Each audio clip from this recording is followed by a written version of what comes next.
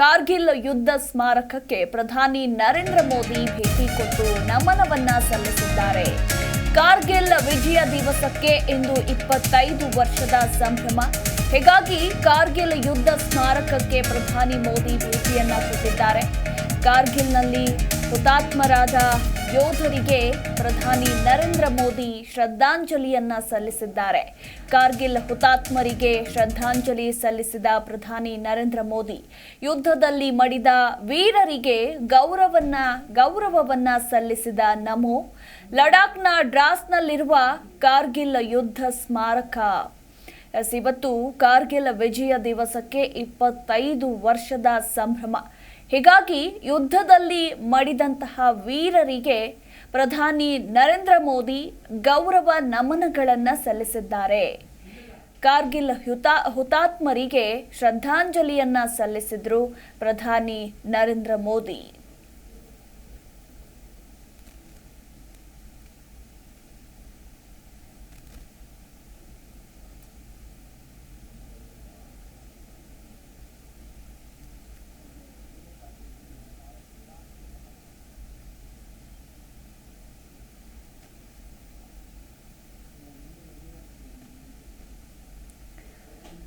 ಇಂದು 25ನೇ ವರ್ಷದ ಕಾರ್ಗಿಲ್ ವಿಜಯ ದಿವಸ್.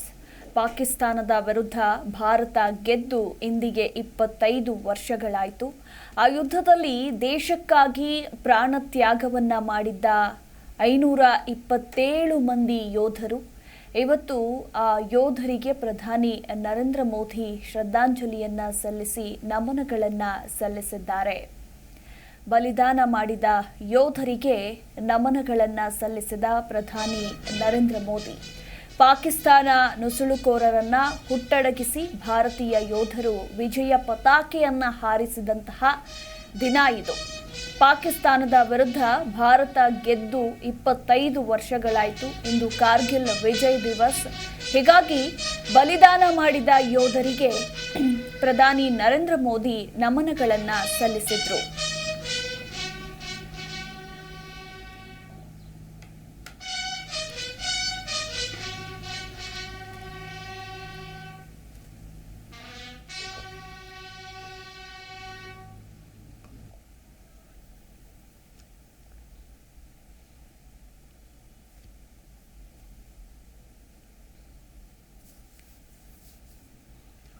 और ये तस्वीरें कारगिल युद्ध स्मारक द्रास से, जहां पे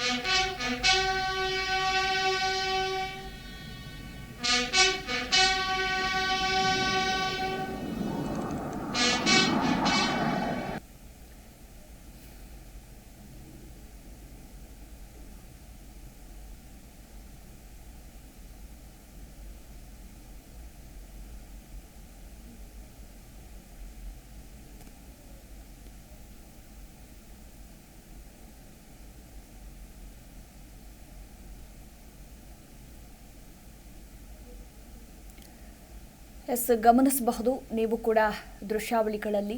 ಇಂದು ದೇಶಕ್ಕಾಗಿ ಪ್ರಾಣತ್ಯಾಗ ಮಾಡಿದ 527 ಮಂದಿ ಯೋಧರಿಗೆ ಪ್ರಧಾನಿ ನರೇಂದ್ರ ಮೋದಿ ನಮನಗಳನ್ನು ಸಲ್ಲಿಸಿದ್ದಾರೆ. 1999ರ ಫೆಬ್ರವರಿಯಲ್ಲಿ ಕಾಶ್ಮೀರದಲ್ಲಿರುವ ಕಾರ್ಗಿಲ್ ಪ್ರದೇಶಕ್ಕೆ ನುಸುಳಿದ್ದಂತಹ ಪಾಕ್ ನುಸುಳುಕೋರರು ಗಡಿ ನಿಯಂತ್ರಣ ರೇಖೆಯನ್ನ ದಾಟಿ ಕಾರ್ಗಿಲ್ ಪರ್ವತದ ಶಿಬಿರವನ್ನ ತಮ್ಮ ವಶಕ್ಕೆ ಪಡೆದಿದ್ರು. ಬರೋಬ್ಬರಿ 5,000 ಪಾಕ್ ಸೈನಿಕರು ಭಾರತ ಗಡಿ ಪ್ರವೇಶ ಮಾಡಿದ್ರು. ಇದರಿಂದಾಗಿ ಭಾರತ ಪಾಕಿಸ್ತಾನದ ನಡುವೆ ಯುದ್ಧ ಆರಂಭವಾಗಿತ್ತು. ಪಾಕಿಸ್ತಾನವನ್ನ ಸದೆಬಡಿಯೋದಕ್ಕಾಗಿ ಭಾರತ ಆಪರೇಷನ್ ವಿಜಯ ಹೆಸರಿನಲ್ಲಿ ಕಾರ್ಯಾಚರಣೆ ಶುರು ಮಾಡಿತ್ತು. ಇನ್ನು ಭಾರತದ ಸತತ ಹೋರಾಟದ ಬಳಿಕ ಕಾರ್ಗಿಲ್ ಅನ್ನ ಭಾರತ ವಶಕ್ಕೆ ಪಡೆದುಕೊಳ್ತು. ಈ ಕಾರ್ಯಾಚರಣೆಯಲ್ಲಿ 20,000 ಭಾರತೀಯ ಸೈನಿಕರು ಹೋರಾಡಿದ್ರು.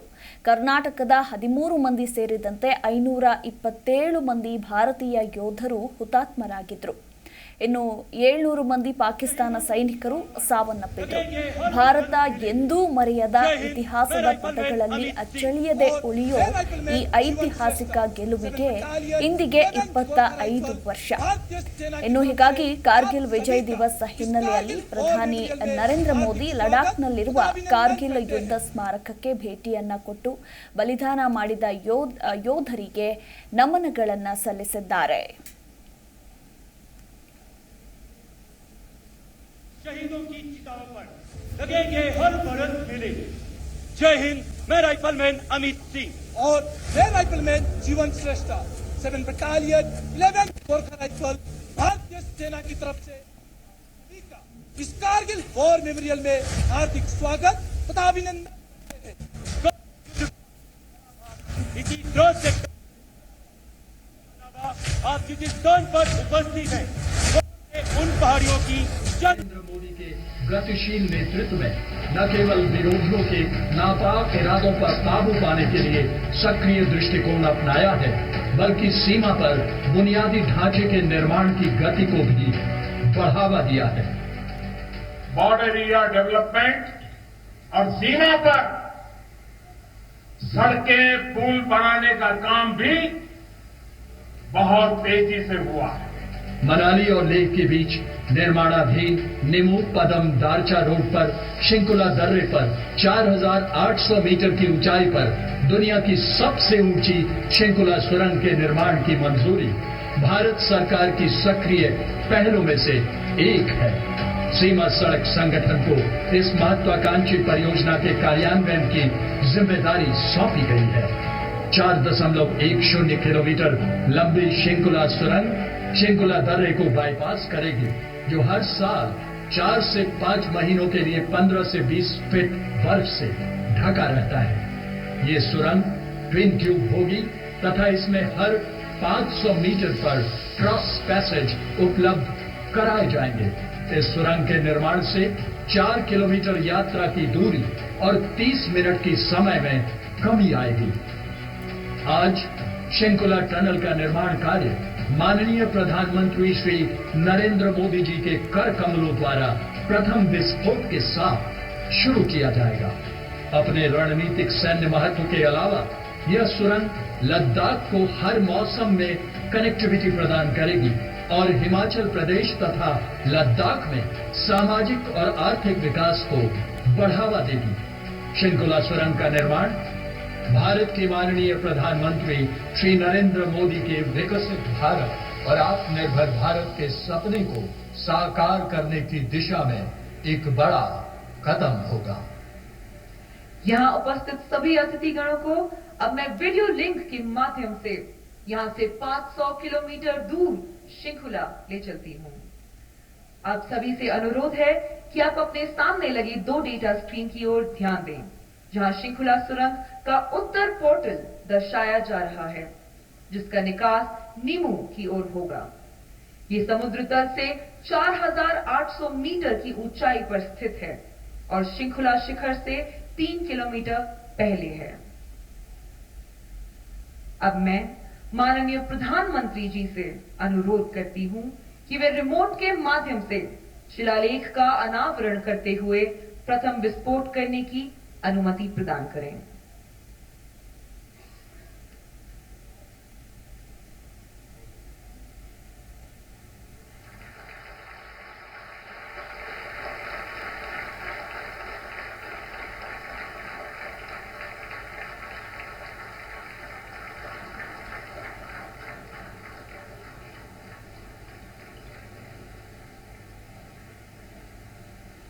अब कुछ ही क्षणों में आप श्रृंखला सुरंग का पहला विस्फोट देखेंगे, जिससे सुरंग के निर्माण कार्य की शुरुआत होगी।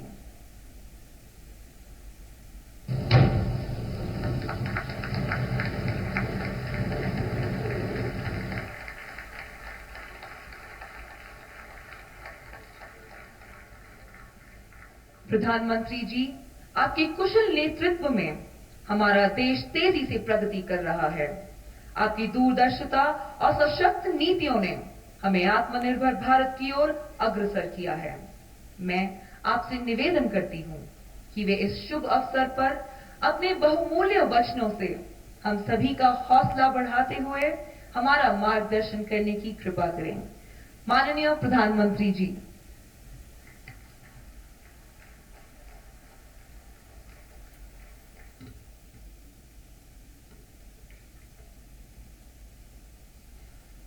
भारत माता की, भारत माता की आवाज पहाड़ी के उस पार सुनाई देनी चाहिए। भारत माता की, भारत माता की। लद्दाख के lieutenant governor BD Mishra ji, केंद्रीय मंत्री Sanjay Seth, chief of defence staff general Anil Chauhan, तीनों सेनाओं के सेनाध्यक्ष, करगिल युद्ध के समय सेनाध्यक्ष रहे जनरल वीपी मलिक जी,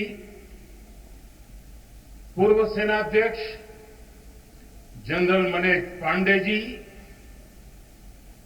वीरता पुरस्कार प्राप्त सेवारत और सेवानिवृत्त सैनिकों,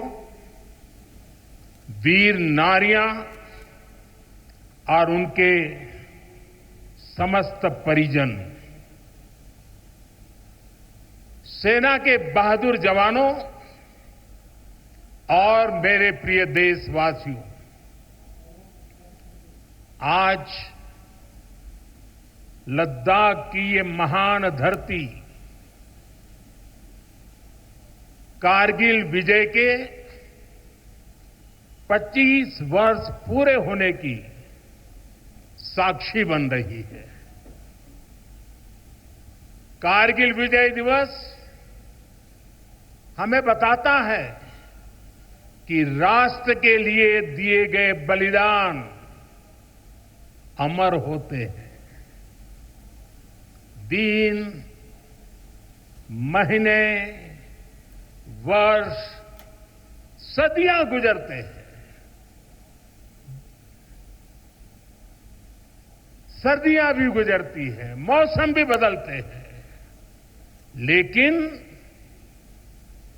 राष्ट्र की रक्षा के लिए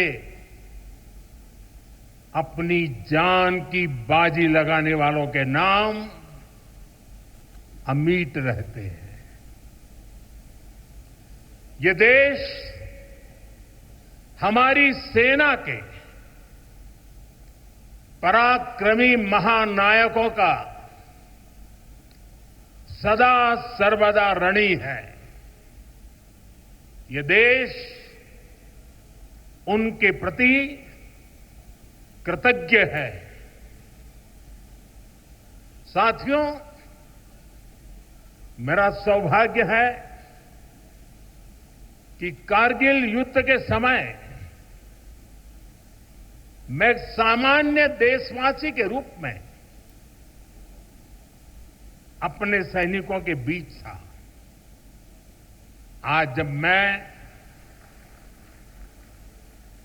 फिर करगिल की धरती पर हूं, तो स्वाभाविक है वो स्मृतियां मेरे मन में ताजा हो गई है।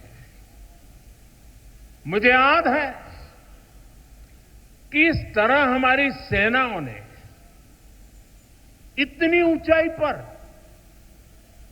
इतने कठिन युद्ध ऑपरेशन को अंजाम दिया था। मैं देश को विजय दिलाने वाले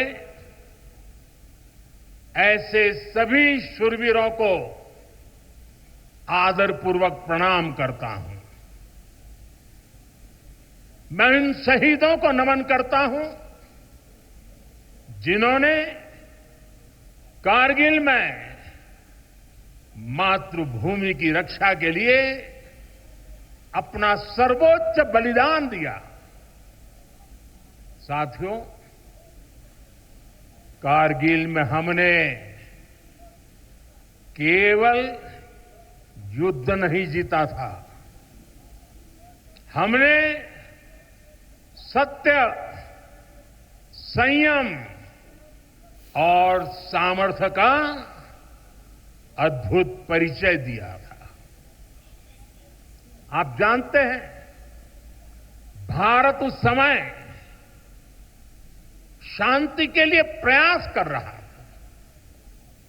बदले में पाकिस्तान ने फिर एक बार अपना अविश्वासी चेहरा दिखा। ಜಿ ಕನ್ನಡ ನ್ಯೂಸ್ ಈಗ ನಿಮ್ಮ ಮನೆಯಲ್ಲೇ ನೋಡಿ. ಎಲ್ಲ ಕೇಬಲ್ಗಳಲ್ಲಿ ಈಗ ಲಭ್ಯ. Sun Direct 292, Jio TV 1334, U Digital 162, City Cable 51, GTPL 17, Abhishek cables 821, Rockline telecommunication 51, Shri Basaveshwara number 60, Vinayaka digital number 53, In Digital number 896ರಲ್ಲಿ. ನಿಮ್ಮಿಸ್ತದ ಜಿ ಕನ್ನಡ ನ್ಯೂಸ್ ನೋಡಿ ಆನಂದಿಸಿ.